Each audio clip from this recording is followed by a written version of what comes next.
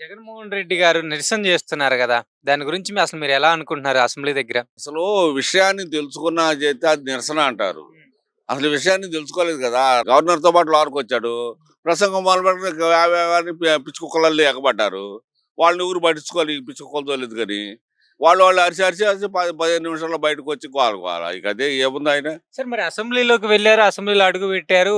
మరి ఎందుకు ఉండలేదు అయిపోయిందాకా? అదేగా నేను అనేది. పిచ్చి కుక్కలు ఏం చేస్తాయి? వాటికి ఓ సాట కాళ్ళు నిలుస్తాయి కదా!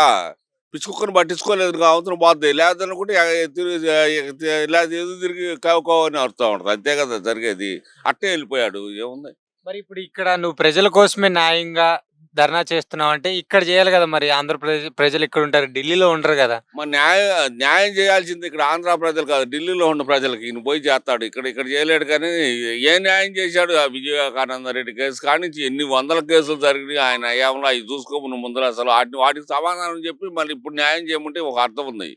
వాటన్నిటిని అట్ట పడకేసి ఇవాళ ఏదో జరిగి ఒక వర్గంలో వాళ్ళు కొట్టుకొని చస్తే దాని గురించి రాజకీయ రంగు పొలవటం ఏంది అసలు? దానికి సంబంధం ఉందా? ఏం లేదు కదా! దాన్ని పట్టుకొని రాజకీయం జరిగింది ఏ ఆధారం లేదు. పోయి ఏదోటి చేయాలి, ఏదోటి చెందాలి. అప్పుడే గవర్నమెంట్ మీద వ్యతిరేకత వచ్చింది.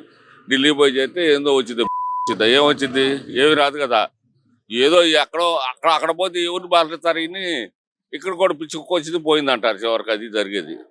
సరే ఇప్పుడు అమరావతికి రావాల్సిన నిధులు 15,000 కోట్లు ఇచ్చారు గదా! మీకెలా అనిపిస్తుంది?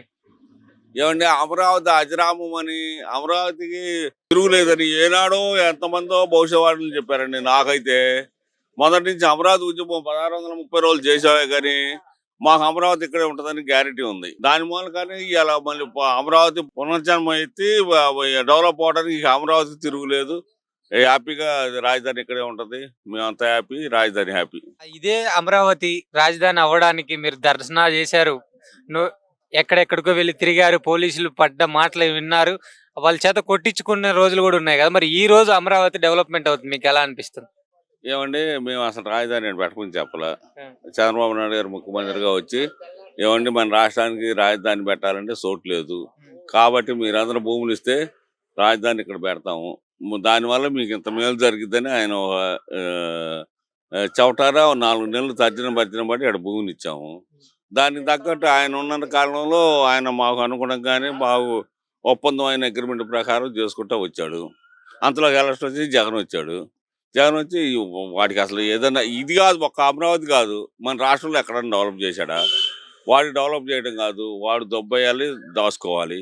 అందుకని అమరావతిలో కనుక ఒక 1000 ఎకరం కనుక తను స్వాధీనం చేసుకునే అవకాశం ఉంటే ఇక్కడ అమరావతి ఇక్కడి నుంచి పోయేది కాదు.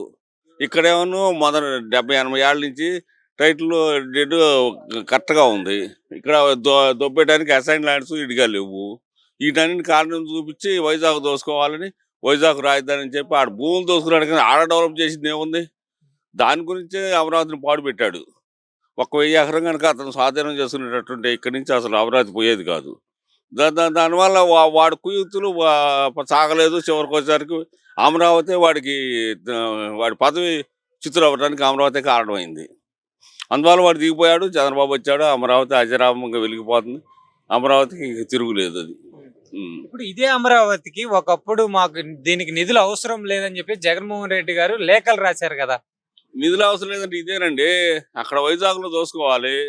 ఇక్కడ నిధులు ఇచ్చి డెవలప్ చేస్తాను అనుకో, జగన్ ఏదో ఏడే డెవలప్ చేస్తాడు వస్తుందేను అమరావతి వైజాగ్ రాజధాని చేయడని పట్టించుకుంటాడు. ఇప్పుడు అమరావతి వైజాగ్ రాజధాని అన్నాడు అనుకో, వాడు దోసుకున్న భూములకి రేట్లు వస్తాయి.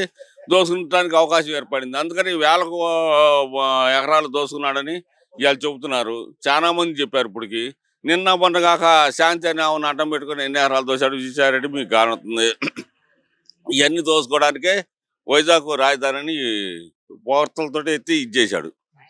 మరి ఇప్పుడు జగన్మోహన్ రెడ్డి గారు మళ్ళా ఒకవేళ అధికారంలోకి ఉన్నట్లయితే మీ పరిస్థితి ఏంటి సార్?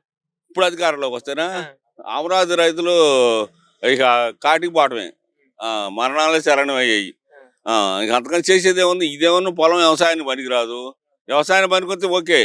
వ్యవసాయం దున్నడానికి అన్ని రోడ్లు గుట్టలు బొట్టలుగా తయారు చేశారు. అంతా సిమెంట్ కాంక్రీట్ అయిపోయింది. దాన్ని బాగు చేయడం మా వల్ల ఏది కాదు. వాడు వస్తేనే ఇటు చేయడం. దానివల్ల మేము మరణమే శరణం అనుకున్నాం. కానీ మా దీక్ష ఫలించింది, వాడు నాశనం వేసుకుపోయాడు. అది కనీసం ఏది ప్రతిపక్ష హోదా కూడా లేకుండా చేసిన ఈ రాష్ట్ర ప్రజలందరికీ పాదబంధనం చేయాలి మేము మాత్రం. అంత దుర్మార్గుడు ఇక జన్మలో ఇక రాకూడదు ఈ స్టేట్కి.